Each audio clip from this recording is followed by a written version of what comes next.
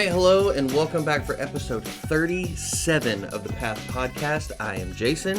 I'm Derrick. And as you can see, we have a couple of guests here today, and boy, do we have a doozy of an episode for you. It's going to be fun. But first, before we get into the really fun part, we're going to talk about the even more fun part, which is the Word of God. Awesome. You see what I did there? Yeah. Yes, that was good. Yeah, so... for those listening, though, they probably need to know who our guests are. No, let's keep them in the dark. No, as you can see, if you're watching this, and as you're about to hear, if you're listening to this, we have our wives with us here today. What is your name? My name's Kim. And what is your name? Allison. Allison and Kim. It is so nice to have you here. Welcome to our dimly lit studio. That we're so glad that you could come and be a part of what we're doing here. But yeah, so it's going to be fun. You'll probably learn some things. We'll laugh. We might cry. Who knows? It's going to be fun. But before we do that, what is a handle, Derrick, that we can hold on to from yesterday's sermon? Yeah, so the thing that I'd like to just kind of think about and highlight a little more, you're limited in time.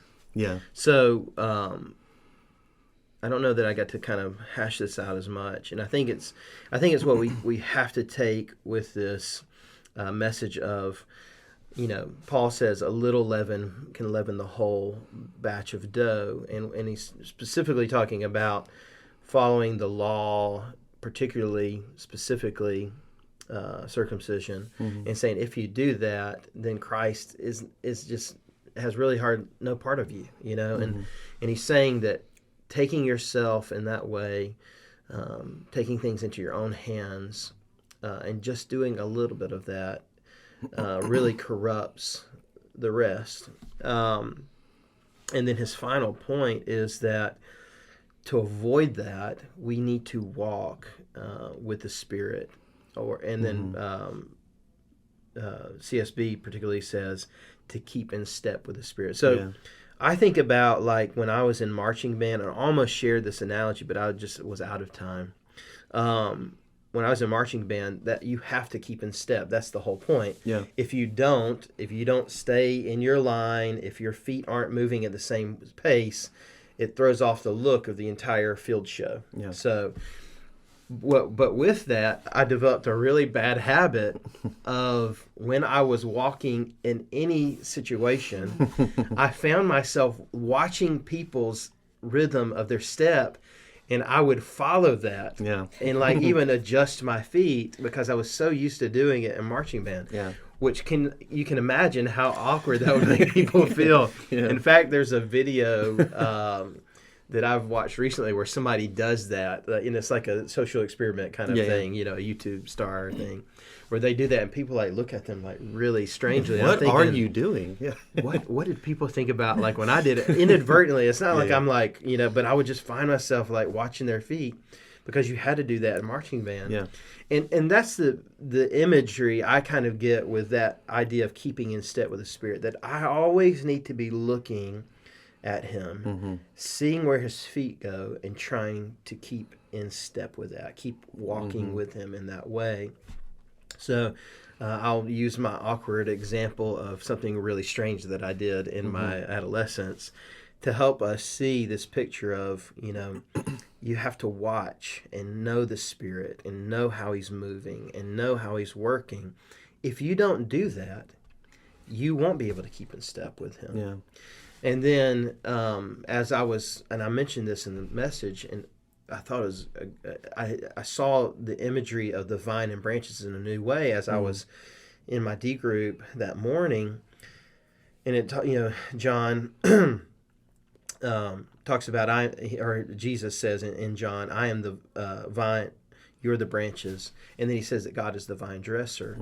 And so I see this idea of it. If I am so connected to Christ, to the Spirit, and abiding in him, remaining with him, keeping in step with him, then God's going to do the work that needs to be done in my life rather than me having to try to make it happen, right? The law is of course, Paul says it was appropriate for a time as a guardian for us. And I appreciate that. But now that we have freedom in Christ, that's all I need. It's to be so closely tied to Christ. Mm-hmm. And that's why Paul says in Romans, should we continue in sin that grace may abound? Yeah. By no means. Right. Because what you have to do is continue in Christ so that he makes you what you need to be. And his Spirit produces the fruit in your life. Mm-hmm. And so if I can say a handle to hold on to, in the past couple episodes we talked about, you can't do anything. That's still kind of the same theme, but Paul puts it in a great way to help us see that we just have to be, what we have to do is be so closely tied to Christ, so closely tied to the Spirit in our life that we're walking with him so much. We're paying attention to his steps. We're walking with him in step. Yeah. And keeping him in our view, that he will do the life work and the change that needs to take place in our life, the pruning, if you will. Yeah. And so that I think that's important. Any thoughts on your part, or did that strike you in a different way? It really works in conjunction with a thought that I had yesterday during the sermon, was that what Paul is talking about here, especially in this chapter, I mean, it's been kind of the underlying theme for the whole letter so far, but really in this chapter, it's almost it's a mindset that he's talking about here, and the thought that came to my mind was how. So I think about in modern Christian culture, it's all about check out this Bible study. You need to go through this thing. You need to do this program. And those, don't hear me saying that they're wrong, because they're good. You can learn incredible things through Bible studies and going through groups. But if we have the mindset of, I have to do this or God's going to be upset with me, we have missed the total thing. That's that small piece of leaven that ruins the whole batch. And I think that we have to be really careful, because especially as Americans, it's all that whole, let me pull myself up by my bootstraps. Let me do this thing. Let me work harder. Let me do better so that God will be happier with me. And the gospel just destroys that that thought. And I think that we just have to be really aware of the fact that thought will very sneakily come into our mind. And so do the Bible studies, do the groups, go through the programs. They're great, and we can build community that way. You can develop a deeper love of God that way. However, don't go into those things thinking this is what's going to make God happy with me. Yeah. Because Paul has reminded us over and over and over again, there is nothing that you can do that's going to make God love you more or less. It's all about him and what he wants to do.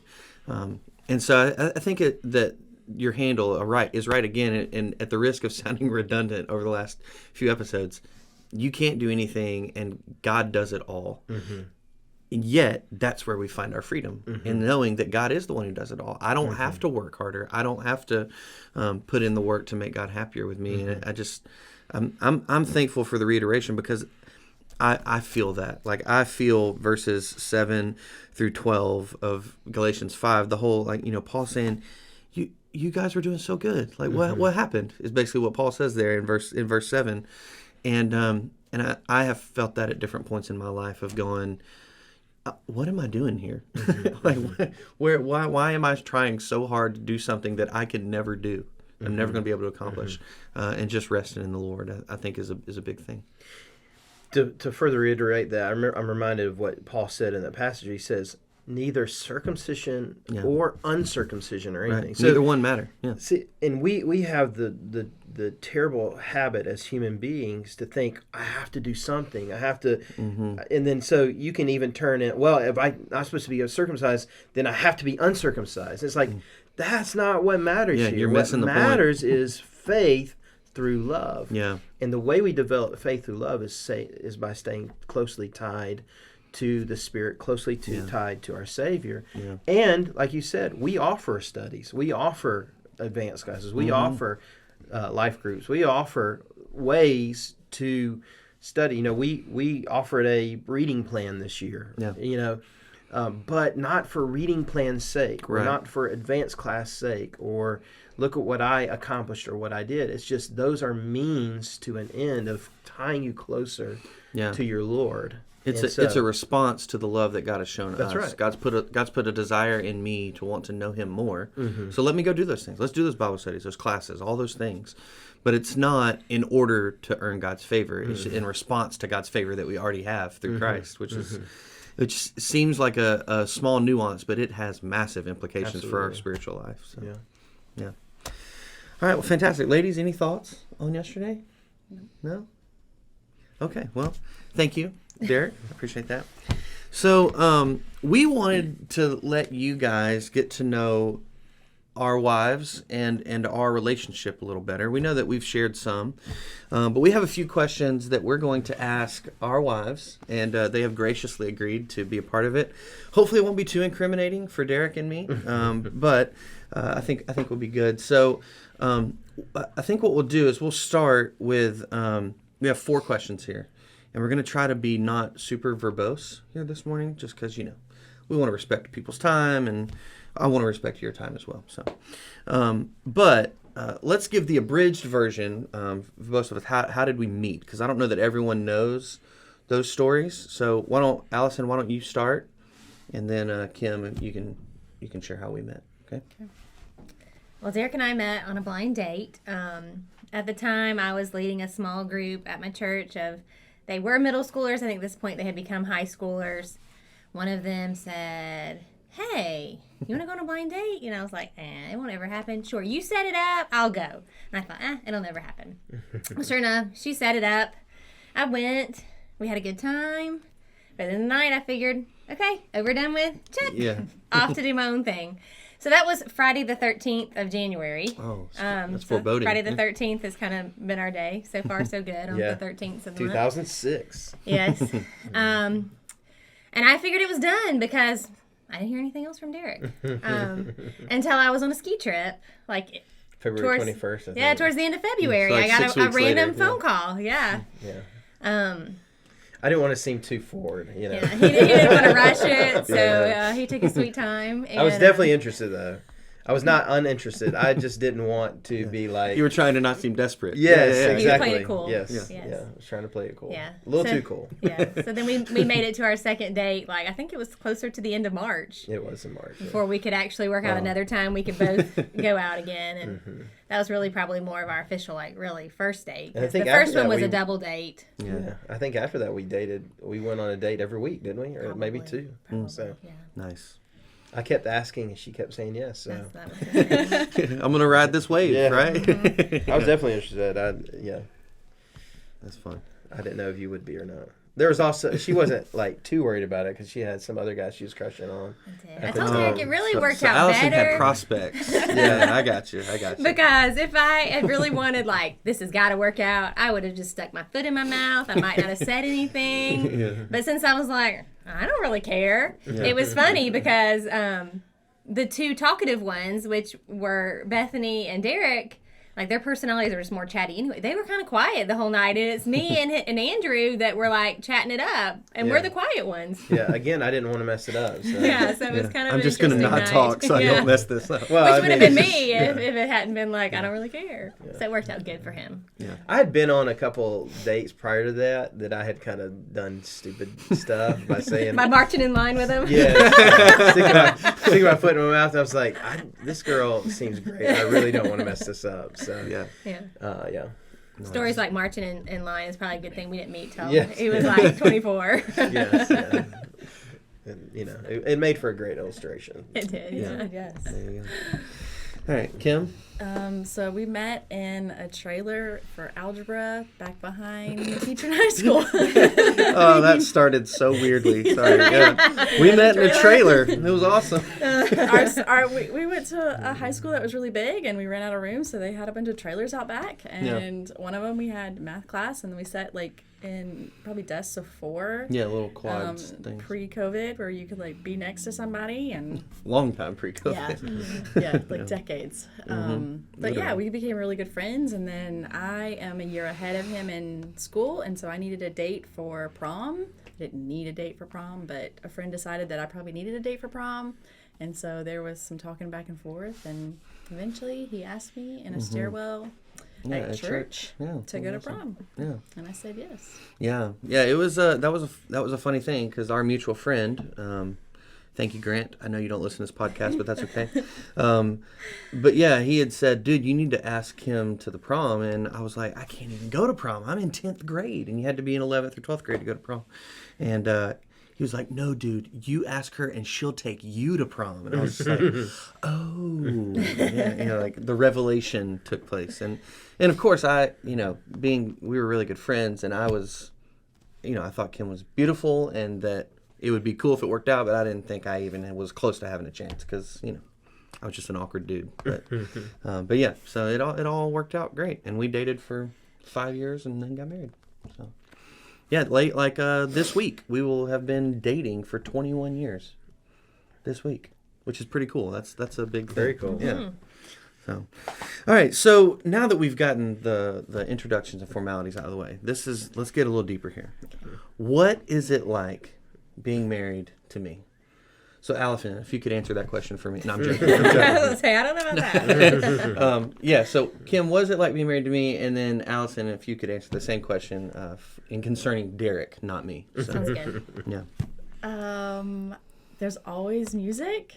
It's true. And if there's not music playing, he's making music, whistling or humming or something, or having children that do that. I was about to say, I've now delegated that to our children. Yeah. Audrey is a little, she's just got this radio playing in her head, and you never know what's going to come out. And it's like somebody's scrambling the station. It's just, yeah. It it's could really go weird. from Jesus Loves Me to Sweet Child of Mine real quick. It could just change in an instant. Yeah.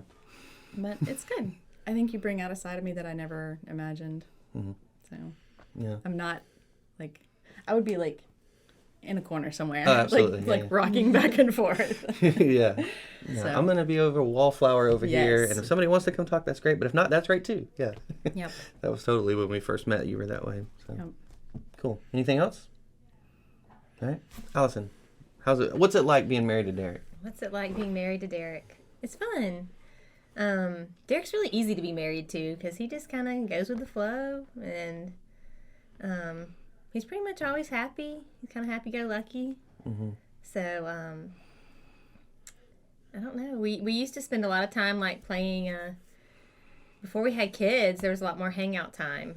Mm-hmm. Now it's dealing with all his mini-me's and my mini-me's all day long. Yep. So that's really what it's like right now. Chaos. We're trying to figure it out together. Yeah. Mm-hmm. But, there's lots I of feel music that. with Derrick too. Sorry, we But, have R2D2 in here with us. I just kind of tune it out. I don't even notice it happening. What was that? All your music. Yeah. It used to drive his family a little bananas, but Yeah. it doesn't bother me. Cool. I had lots of practice with just tuning things out before I met him. Yeah. So he tries to aggravate. Sometimes it just doesn't really work. Yeah, it doesn't work.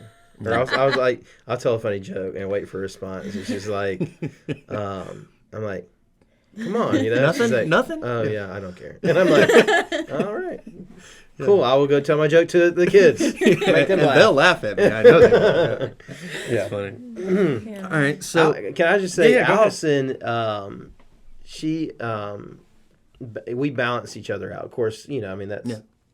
Any good kinda how relationship. Yeah. marriages work. Yeah, but I can be, and she wouldn't say this, but she would agree with it. I can be very desirous of, I'm a words of affirmation guy. I want, somebody to, if I'm just honest, I would like, hey, you did a great job, or this or that. That's what I long for. And then Allison doesn't always give me that, which is good for me. Sometimes he's a little jealous of those wives that are real good at going on Facebook and just plastering their wall with all these just wonderful words of praise. I wouldn't want that, honestly. And he's like, but, man, I'm like, I'm sorry. You married Hey, the wrong person. did you That see is what not who so and so I am. posted? Yeah, wasn't that nice? Yeah. No. I mean, honestly, I value that now, but it's kind of I'm kind of pulling out, but it doesn't always happen, but it keeps me humble. So Yeah, for sure.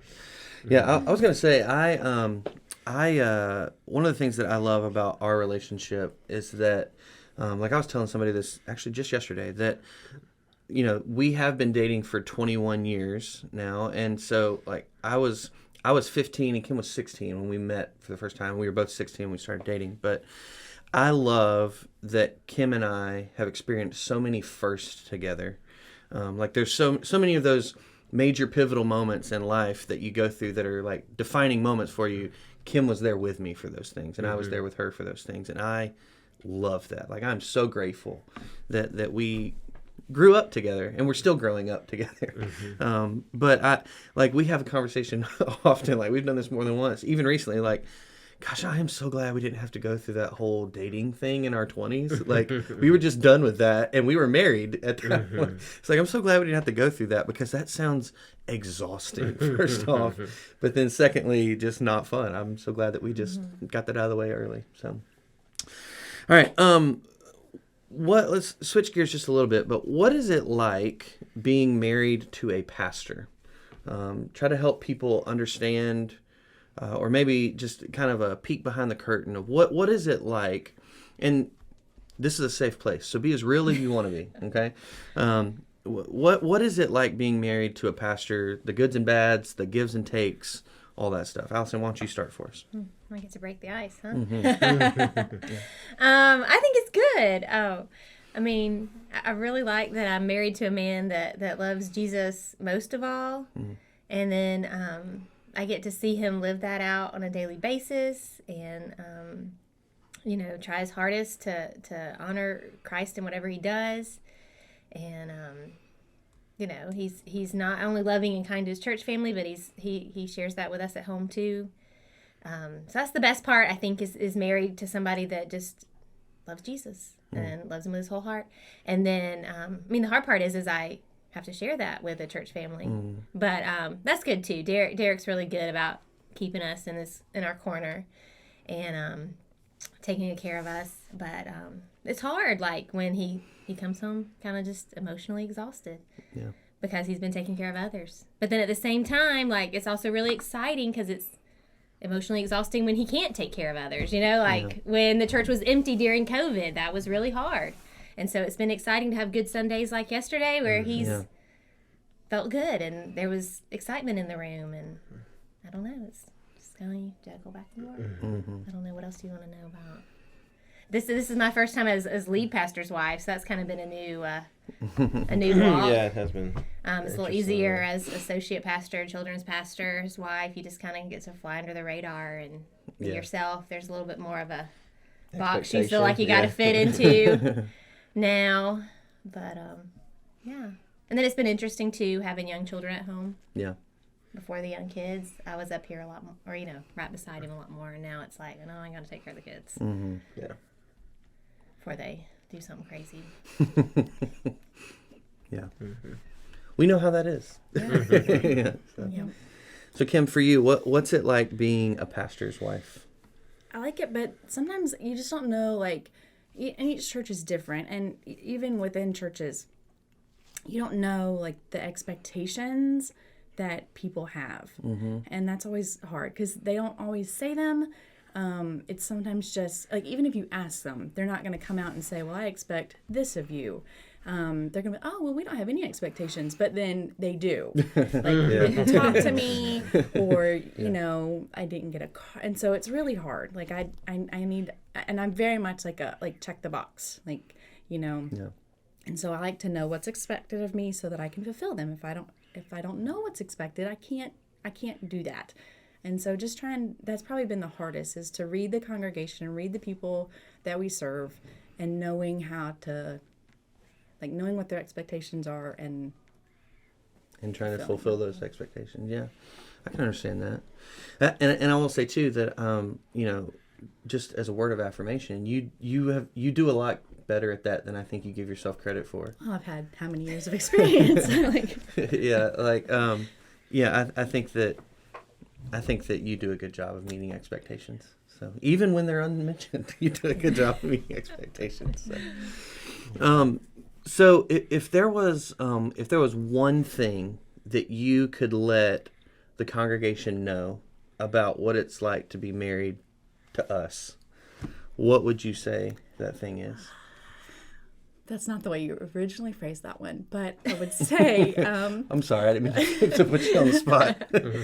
that I can't think of a better privilege and honor to serve with you and our church family, because like this week has been tough.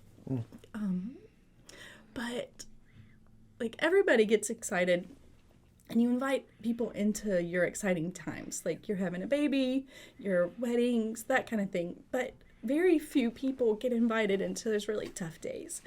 And so to be part of that circle of people that, you know, you call on when somebody has to go to the hospital or there's a death in the family or something, that's a privilege. And I don't want people to think that I don't realize that. Yeah. So. Allison, how about for you? If there's one thing that you wanted people to know. I don't know. I guess just we really enjoy your love as a church family, so keep loving us well and show us grace on the hard days and encourage us and give us pats on the back on the good days to give us the energy to keep on going. I don't know. I don't know. Yeah. Derrick, anything you'd like to add? I'm right now. I'm the only one not crying, Right. so I'd like to continue to stay I that thought I way. was left alone to begin with. We're just all basket of mess now. Yeah. No, I mean, I think, you know, there are challenges to what we do. Sure. And it's really easy when you're thinking about your own challenges to lift them high, right? And think no one else has to go through this. That's not true. Life is just full of challenges. Yeah. Everyone has their own. Ours are unique. Sure. And, you know, I don't like the fishbowl analogy, but there is an essence to what we do is always under observation or and scrutiny. Sure. I don't think that's a bad thing. I think it can become a bad thing. Right. But we've also seen as other staff members in other churches where you see the good, bad, and ugly of it all. And you know, we are human and not devoid of human capacities somehow. Yeah. You know, I think oftentimes pastors and families are put on some kind of pedestal. Yeah. And, you know, we just have to remember we are dependent upon God's grace and Christ's love as much as anyone else, maybe even more. Yeah. And so, you know, our kids need us, but they also need people to give them grace too. So maybe that's just the theme of my one last thing is that grace, you know, is needed to walk this life together. And that's why I love the imagery of family. To kind of piggyback on what Kim said, it is a privilege to be here. God brought us here. The church, you know, pays us a salary. Yeah. Which makes things challenging at times. But at the end of the day, I think the way y'all view it, and certainly the way we view it, is that God brought us here to be a part of this family. To shepherd it, to lead it, to guide it, but also to be a part of it. Yeah. And so I feel like that is the case. I think this church does a great job of appreciating and honoring us. Yeah. But, you know, I do think it's helpful to see kind of a little peek behind the curtain as well. So. Yeah. Yeah, absolutely. Well, I would just I would end by saying that I wouldn't be able to serve the church the way I am without Kim. Like, I need her encouragement and her support, and she gives it freely, and I'm grateful for that. And I'm sure you'd say the same about Allison. That yeah, it's I am glad that I don't have to do this alone. And not that I ever would, but I'm glad that I don't have to lead alone. That we have I have a teammate that I live with, and we have other teammates, and Roger and Kathy as well. And I'm so grateful just that we get to be a part of the family here, to use your word. So. Well, thank you so much for listening in and for letting us indulge for a moment. And hopefully you get a little bit better picture of how we view leading here at Lafayette First. But we would love to, if there's any questions you might have, if there's any thoughts that you might have, we'd love to hear from you. You could email us at thepath@lafayettefirst.life. We encourage you to do that. I think it would be cool to ask the listening audience Yeah. to share an encouraging word about Kim and Allison. I think that would be fantastic. Yeah. And so, yeah, all three of you people who listen, we would love, no, I'm joking. I know There's a few more than there's that. more people than that. But yeah, we would love for you to encourage our wives, because a lot of times they have to stay in the shadows in the back, but we lit them up today. And so we want them to be encouraged as well, because they're a big part, like I said, they're a big part of what we do. We appreciate you guys. Thank you. But until next time, thank you for joining us. I am Jason. I'm Derrick. And Kim and Allison. And we hope that you will join us next time as we continue down the path.